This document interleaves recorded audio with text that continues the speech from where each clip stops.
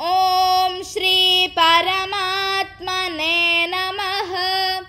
अथ द्वितीयोऽध्यायः। सांख्ययोगः। संजय उवाच तं तथा कृपयाविष्टम् अश्रुपूर्णाकुलेक्षणं विषीदन्तमिदं वाक्यम् उवाच मधुसूदनः। श्रीभगवानुवाच कुतस्त्वाकश्मलमिदं विषमे समुपस्थितम् अनार्यजुष्टमस्वर्ग्यम् अकीर्तिकरमर्जुन। क्लैब्यं मास्मगमः पार्थ नैतत्त्वय्युपपद्यते। क्षुद्रं हृदय दौर्बल्यं त्यक्त्वोत्तिष्ठ परन्तप। अर्जुन उवाच कथं भीष्ममहं संख्ये द्रोणं च मधुसूदन। इषुभिः प्रतियोत्स्यामि पूजार्हावरिसूदन। गुरून् हत्वा हि महानुभावान् श्रेयो भोक्तुं भैक्ष्यमपीह लोके। हत्वार्थकामांस्तु गुरूनिहैव भुञ्जीय भोगान् रुधिरप्रदिग्धान्। न चैतद्विद्मः कतरन्नो गरीयः। यद्वा जयेम यदि वा नो जयेयुः। यानेव हत्वा न जिजीविषामः। तेव स्थिताः प्रमुखे धार्तराष्ट्राः। कार्पण्यदोषोपहतः स्वभावः। पृच्छामि त्वां धर्मसम्मूढचेताः। यच्छ्रेयस्यान्निश्चितं ब्रूहि तन्मे। शिष्यस्तेऽहं शाधि मां त्वां प्रपन्नं। न हि प्रपश्यामि ममापनुद्यात्। यच्छोकमुच्छोषणमिन्द्रियाणाम् अवाप्य भूमावसपत्नमृद्धं। राज्यं सुराणामपि चाधिपत्यम्। सञ्जय उवाच एवमुक्त्वा हृषीकेशं गुडाकेशः परन्तप। न योत्स्य इति गोविन्दम् उक्त्वा तूष्णीं बभूवः। तमुवाच हृषीकेशः प्रहसन्निव भारत। सेनयोरुभयोर्मध्ये विषीदन्तमिदं वचः। श्रीभगवानुवाच अशोच्यानन्वशोचस्त्वं प्रज्ञावादांश्च भाषसे। गतासून गतासूंश्च नानुशोचन्ति पण्डिताः। न त्वेवाहं जातु नासं न त्वं नेमे जनाधिपाः। न चैव न भविष्यामः सर्वे वयमतः परम्। देहिनोऽस्मिन् यथा देहे कौमारं यौवनं जरा। तथा देहान्तरप्राप्तिः धीरस्तत्र न मुह्यति। मात्रा स्पर्शास्तु कौन्तेय शीतोष्णसुखदुःखदाः। आगमापायिनो नित्याः तां स्थितिक्षस्व भारत। यं हि न व्यथयन्त्येते पुरुषं पुरुषर्षभ।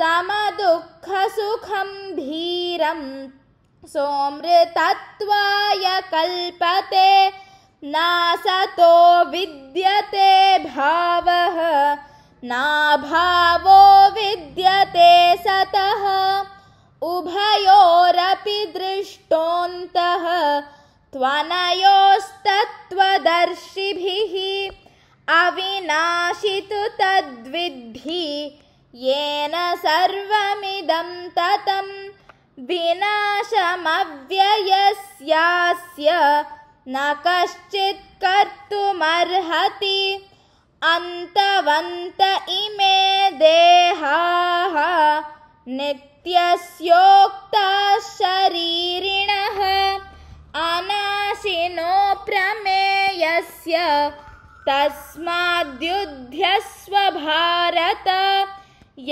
एनं वेत्ति हन्तारं यश्चैनं मन्यते हतम् उभौ तौ न विजानीतः नायं हन्ति न हन्यते न जायते म्रियते वा कदाचित् नायं भूत्वा भविता वा न भूयः अजो नित्यः शाश्वतोऽयं पुराणः न हन्यते हन्यमाने शरीरे वेदाविनाशिनं नित्यं य एनमजमव्ययम् कथं स पुरुषः पार्थ कं घातयति हन्तिकं वासांसि जीर्णानि यथा विहाय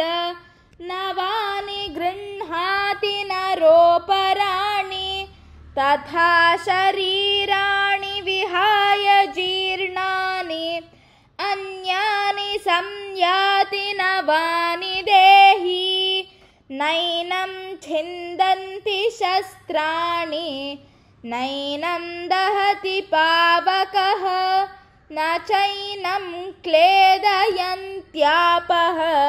न शोषयति मारुतः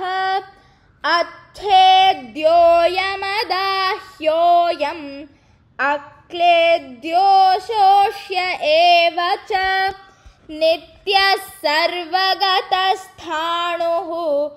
अचलोऽयं सनातनः अव्यक्तोऽयमचिन्त्योऽयम् अविकार्योऽयमुच्यते तस्मादेवं विदित्वैनं नानुशोचितुमर्हसि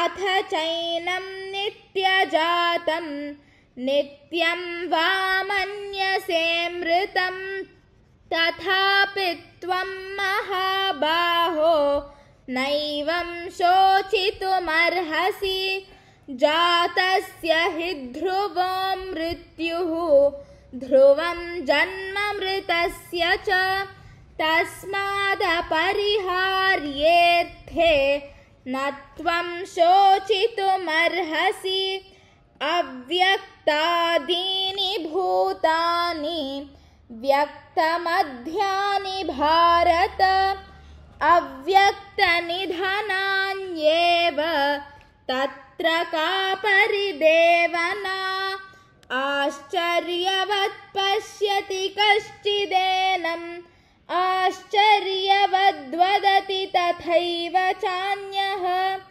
आश्चर्यवच्चैनमन्यः शृणोति श्रुत्वाप्येनं वेद न चैव कश्चित् देही नित्यमवध्योऽयं देहे सर्वस्य भारत तस्मात् सर्वाणि भूतानि न त्वं शोचितुमर्हसि स्वधर्ममपि चावेक्ष्य न विकम्पितुमर्हसि धर्म्याद्धियुद्धात् श्रेयोऽन्यत् क्षत्रियस्य न विद्यते यदृच्छया चोपपन्नं स्वर्गद्वारमपावृतं सुखिनः क्षत्रियाः पार्थ लभन्ते युद्धमीदृशम् अथ चेत्त्वमिमं धर्म्यं सङ्ग्रामं न करिष्यसि ततः स्वधर्मं कीर्तिं च हित्वा पापमवाप्स्यसि अकीर्तिं चापि भूतानि कथयिष्यन्ति ते व्ययां सम्भावितस्य च कीर्तिः मरणादतिरिच्यते भयाद्रणादुपरतं मंस्यन्ते त्वां महारथाः येषां च त्वं बहुमतः भूत्वा यास्यसि लाघवम् अवाच्यवादांश्च बहून् वदिष्यन्ति तवाहिताः निन्दन्तस्तव सामर्थ्यं ततो दुःखतरं नु किं हतो वा प्राप्स्यसि स्वर्गं जित्वा वा भोक्ष्यसे महीं तस्मादुत्तिष्ठ कौन्तेय युद्धाय कृतनिश्चयः सुखदुःखे समे कृत्वा लाभालाभौ जयाजयौ ततो युद्धाय युज्यस्व नैवं पापमवाप्स्यसि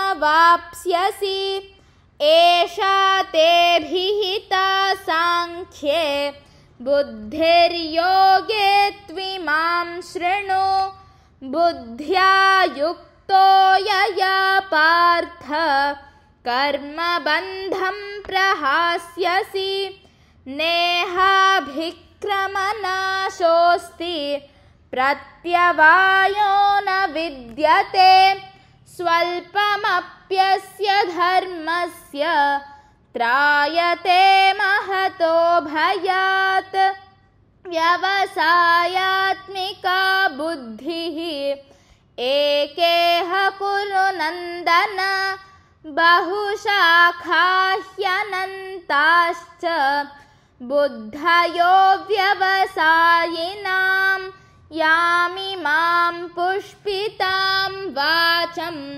प्रवदन्त्यविपश्चितः वेदवादरताः पार्थ नान्यदस्तीति वादिनः कामात्मानः स्वर्गपराः जन्मकर्मफलप्रदां क्रियाविशेषबहुलां भोगैश्वर्यगतिं प्रति भोगैश्वर्यप्रसक्तानां तयापहृतचेतसां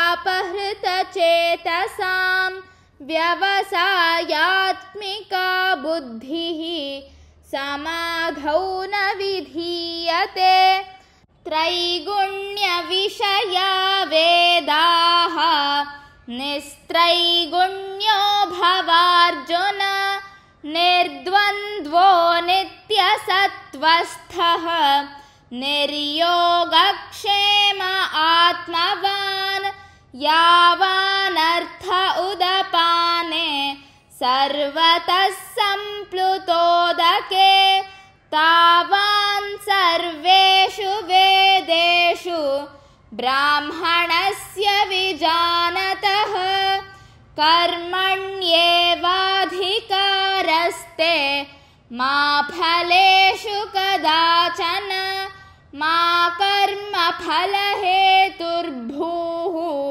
मा ते सङ्गोऽस्त्वकर्मणि योगस्थः कुरु कर्माणि सङ्गं त्यक्त्वा धनञ्जय सिद्ध्यसिद्ध्योः समो भूत्वा समत्वं योग उच्यते दूरेण ह्यवरं कर्म बुद्धियोगात् धनञ्जय बुद्धौ शरणमन्विच्छ कृपणाः फलहेतवः बुद्धियुक्तो जहातीह उभे सुकृतदुष्कृते तस्माद्योगाय युज्यस्व योगः कर्मसु कौशलम् कर्मजं बुद्धियुक्ता हि फलं त्यक्त्वा मनीषिणः जन्मबन्धविनिर्मुक्ताः पदं गच्छन्त्यनामयम् यदा ते मोहकलिलं बुद्धिर्व्यतितरिष्यति तदा गन्तासि निर्वेदं श्रोतव्यस्य श्रुतस्य च श्रुतिविप्रतिपन्ना ते यदा स्थास्यति निश्चला समाधावचला बुद्धिः तदा योगमवाप्स्यसि अर्जुन उवाच स्थितप्रज्ञस्य का भाषा समाधिस्थस्य केशव स्थितधीः किं प्रभाषेत किमासीत व्रजेत किम् श्रीभगवानुवाच प्रजहाति यदा कामान् सर्वान् पार्थमनोगतान् आत्मन्येवात्मना तुष्टः स्थितप्रज्ञस्तदोच्यते दुःखेष्वनुद्विग्नमनाः सुखेषु विगतस्पृहः वीतरागभयक्रोधः स्थितधीर्मुनिरुच्यते यः सर्वत्राणभिस्नेहः तत्तत्प्राप्य शुभाशुभं नाभिनन्दति न द्वेष्टि तस्य प्रज्ञा प्रतिष्ठिता यदा संहरते चायं कूर्मोऽङ्गानीव सर्वशः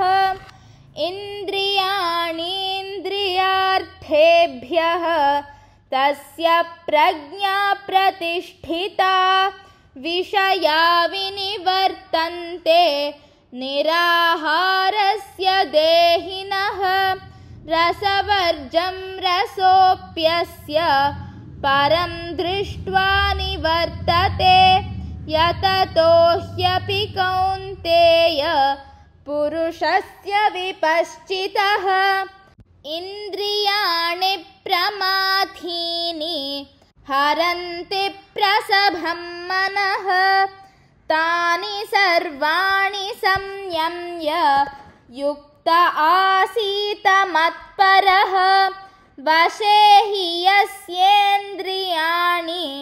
तस्य प्रज्ञा प्रतिष्ठिता ध्यायतो विषयान् पुंसः सङ्गस्तेषूपजायते सङ्गात् सञ्जायते कामः कामात् क्रोधोऽभिजायते क्रोधात् भवति सम्मोहः सम्मोहात् स्मृतिविभ्रमः स्मृतिभ्रंशात् बुद्धिनाशः बुद्धिनाशात् प्रणश्यति रागद्वेषवियुक्तैस्तु विषयानिन्द्रियैश्चरन् आत्मवश्यैर्विधेयात्मा प्रसादमधिगच्छति प्रसादे सर्वदुःखानां हानिरस्योपजायते प्रसन्नचेतसो ह्याशु बुद्धिः पर्यवतिष्ठते नास्ति बुद्धिरयुक्तस्य न चायुक्तस्य भावना न चाभावयतः शान्तिः अशान्तस्य कुतः सुखम् इन्द्रियाणां हि चरतां यन्मनोनुविधीयते तदस्य हरति प्रज्ञां वायुर्नावमी अर्हसि तस्माद्यस्य महाबाहो निगृहीतानि सर्वशः इन्द्रियाणीन्द्रियार्थेभ्यः तस्य प्रज्ञा प्रतिष्ठिता या निशा सर्वभूतानां तस्यां जागर्ति संयमी यस्यां जाग्रति भूतानि सा निशा पश्यतो मुनेः आपूर्यमाणमचलप्रतिष्ठं समुद्रमापः प्रविशन्ति यद्वत् तद्वत् कामायं प्रविशन्ति सर्वे स शान्तिमाप्नोति न कामकामी विहाय कामान्यः सर्वान् पुमांश्चरति निःस्पृहः निर्ममो निरहङ्कारः स शान्तिमधिगच्छति एषा ब्राह्मी स्थितिः पार्थ नैनां प्राप्य विमुह्यति स्थित्वा स्यामन्तकालेऽपि ब्रह्मनिर्वाणमृच्छति। ॐ तत्सदिति श्रीमद्भगवद्गीतासु उपनिषत्सु ब्रह्मविद्यायां योगशास्त्रे श्रीकृष्णार्जुनसंवादे सांख्ययोगो नाम द्वितीयोऽध्यायः।